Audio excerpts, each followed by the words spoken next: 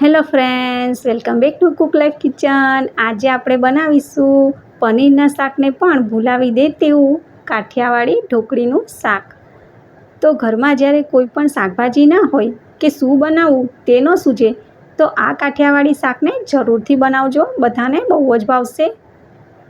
તો આ શાક થોડું સ્પાઇસી હોય એટલે ટેસ્ટી તો લાગે જ.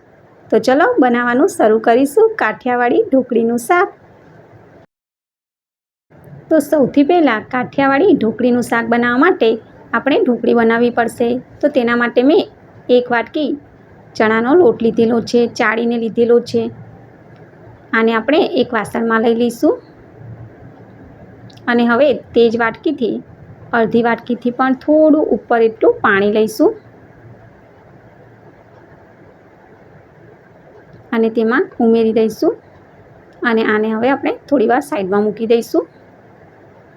અને આપણે બીજું એક વાસણ લઈશું અને તેમાં અડધી વાટકી મીડિયમ ખાટું દહીં ઉમેરી દઈશું. તો વધારે પડતું ખાટું પણ નહીં લેવાનું અને સાવ મોડું હોય તેવું પણ નહીં લેવાનું, મીડિયમ ખાટું હોય તેવું જ દહીં લેવાનું. અને હવે તેમાં એક વાટકી ભરીને પાણી ઉમેરી દઈશું અને સારી રીતે મિક્સ કરી લઈશું. અને હવે આપણે તેમાં સ્વાદ પ્રમાણે મીઠું ઉમેરી દઈશું. તો ઢોકળીનું જેટલો આપણે લોટ લીધેલો છે ચણાનો તેના પ્રમાણમાં આપણે મીઠું ઉમેરીશું.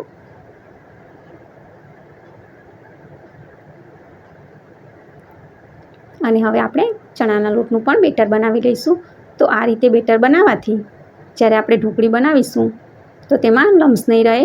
ડાયરેક્ટ ચણાનો લોટ ઢોકળી માટે ઉપયોગમાં લઈશું તો તેમાં ગઠ્ઠા રહી જશે. તો આવી રીતે સ્મૂથ બેટર બનાવી લેવાનું.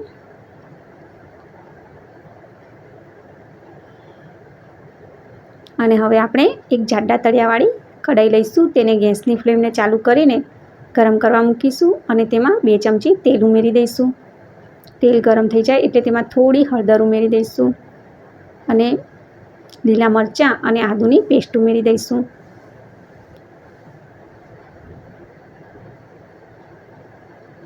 અને હવે તેમાં આપણે છાશ ઉમેરી દઈશું. તો જે મીઠું નાખીને જે છાશ રાખેલી છે તે ઉમેરી દેવાની છે. સારી રીતે મિક્સ કરી લઈશું અને હવે તેમાં આપણે અડધી ચમચી જેટલું લાલ મરચું પાવડર ઉમેરી દઈશું અને આને ઉકળવા દેવાનું છે. તો 2 થી 3 મિનિટમાં તે ઉકળી ગયું છે. તમે જોઈ શકો છો. તો આવી રીતે એક ઉકાળ આવે ત્યારે આપણે જે ચણાના લોટનું બેટર બનાવીને રાખેલું છે તે આમાં ઉમેરી દઈશું. તો આને ફટાફટ ઉમેરી દેવાનું છે અને આને હવે આપણે ફટાફટ ચલાવશું. જો તમે આને ફટાફટ નહીં ચલાવો તો તળિયે ચોંટી જશે અને આમાં લમ્સ પણ થઈ શકે છે. તો આને સતત આવી રીતે ચલાવતા રહેવાનું છે. તો 1 મિનિટ આવી રીતે સતત ચલાવીશું એટલે તે લચકા પડતું થઈ જશે. તો તમે જોઈ શકો છો અત્યારે તે લચકા પડતું થઈ ગયેલું છે. આને હજી આપણે 2 થી 3 મિનિટ સુધી ચલાવવાનું છે. જો તમે ડાયરેક્ટ જ લોટ ઉમેર્યો હોત તો આમાં ગઠ્ઠા પડી જાત અને તમે ગમે તેટલો પ્રયત્ન કરત તો પણ તે ગઠ્ઠા છૂટા ન પડત. એટલે આવી રીતે બેટર બનાવીને જ આ ઢોકળીને બનાવવાની. ઉપરથી આપણે થોડું 1 ચમચી જેટલું તેલ ઉમેરી દઈશું. તેલ ઉમેરવાથી ઢોકળીની શાઇનિંગ બહુ સરસ આવશે અને સારી રીતે મિક્સ કરી લઈશું. તો હવે આપણે ઢોકળી માટેનું મિશ્રણ બનીને તૈયાર થઈ ગયેલું છે. ગેસની ફ્લેમને બંધ કરીશું અને અત્યારે મેં 2 થાળી લીધેલી છે. તો મેં ઢોકળીને થોડી વધારે બનાવી છે એટલે 2 થાળીને તેલથી ગ્રીસ કરીને રાખી દીધેલી પહેલેથી. અને હવે આપણે જે ઢોકળીનું મિશ્રણ બનાવીને રાખ્યું છે તેને થાળીમાં ઉમેરી દઈશું. તો આ ઢોકળીને તમે એમનેમ પણ ખાશો તો પણ આનો ટેસ્ટ બહુ જ સરસ આવશે. એટલે મેં થોડી વધારે જ બનાવેલી છે. તમે જો શાક પ્રમાણે બનાવતા હોય તો તમારે લોટની ક્વોન્ટિટી થોડી ઓછી લેવાની. તો બંને થાળીમાં મેં મિશ્રણને કાઢી લીધેલું છે અને ઉપરથી થોડું તેલ લગાવી દઈશું. તો ઢોકળીની શાઇનિંગ પણ સરસ આવશે અને આવી રીતે તાવેથાની મદદથી ઢોકળીને સારી રીતે ફેલાવી દેવાની છે એટલે તેની શાઇનિંગ પણ સરસ આવશે. અને આને 10 મિનિટ મેં ઠંડી થવા દીધેલી. તો તમે જુઓ છો કે આ ઠંડી થઈ ગઈ છે અને હવે આપણે તેના પીસ કરી લઈશું. તો તમારે જે સાઇઝના કરવા હોય નાના મોટા તે રીતના તમે કરી શકો છો. તો હું તમને એક ઢોકળીને કાઢીને પણ બતાવું.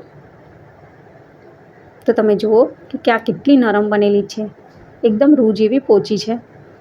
આને તોડીને પણ તમે જુઓ કેટલી સોફ્ટ બનેલી છે. ખાવામાં તો આ બહુ જ ટેસ્ટી લાગે છે. હવે આપણે શાક બનાવીશું. હવે આપણે ઢોકળીનું શાક બનાવી લઈશું. તો તેના માટે એક કઢાઈને ગેસ પર ગરમ કરવા મૂકી દઈશું અને તેમાં 3 ચમચી જેટલું તેલ ઉમેરી દઈશું. તેલ ગરમ થઈ જાય એટલે તેમાં થોડી રાઈ, થોડું જીરું અને મીઠા લીમડાના પાન ઉમેરી દઈશું. અને હવે તેમાં હું લસણની ચટણી ઉમેરી દઈશ. તો 1 ચમચી જેટલી મેં લસણની ચટણી લીધેલી છે. અને હવે ગેસની ફ્લેમને બંધ કરીને રેગ્યુલર જે મસાલા હોય તે કરી લઈશું. તો અડધી ચમચી હળદર પાવડર, લાલ મરચું પાવડર, કાશ્મીરી મરચું પાવડર અને ધાણા જીરું પાવડર અને મીઠું ઉમેરી દઈશું. તો મીઠું અત્યારે સ્વાદ પ્રમાણે ઉમેરવાનું. મસાલા મિક્સ કરી લઈશું અને તેમાં મસાલા બળી ન જાય એટલે થોડું પાણી ઉમેરી દેવાનું. અને હવે આપણે ગેસની ફ્લેમને ચાલુ કરીને આને 1 મિનિટ સાતળી લેવાનું છે. અને હવે આપણે જે છાશ બનાવીને રાખેલી છે તે ઉમેરી દઈશું. તો મેં મીડિયમ ખાટી એક મોટો વાટકો ભરીને છાશ લીધેલી છે, તેને મેં ઉમેરી દીધી છે. અને આને હવે આપણે એક ઉકાળ આવે ત્યાં સુધી ચડવા દેવાનું છે. તો છાશવાળું મિશ્રણ ઉકળી રહ્યું છે, ચડી ગયેલું છે. તો હવે આપણે તેમાં ઢોકળી જે પીસ કરીને રાખ્યા છે તે ઉમેરી દઈશું. તો આવી રીતે છૂટી છૂટી ઢોકળીને ઉમેરવાની, જેથી એકબીજાને ચોંટી ન જાય. તો તમારે જેટલી ક્વોન્ટિટીમાં શાક બનાવવું હોય તેટલી ઢોકળી ઉમેરવાની અને રસો તમારે જે પ્રમાણમાં જોતો હોય તે પ્રમાણમાં રાખવાનો. આને આપણે 10 મિનિટ રહેવા દઈશું, આવી રીતે ઉકળવા દઈશું. તો 10 મિનિટ પછી તમે જોઈ શકો છો કે ઢોકળી બધી ઉપર આવી ગઈ છે, મતલબ કે આ ઢોકળી આપણી ચડી ગયેલી છે, તમે જોઈ શકો છો. આને આપણે હજી 2 થી 3 મિનિટ થવા દેવાની છે.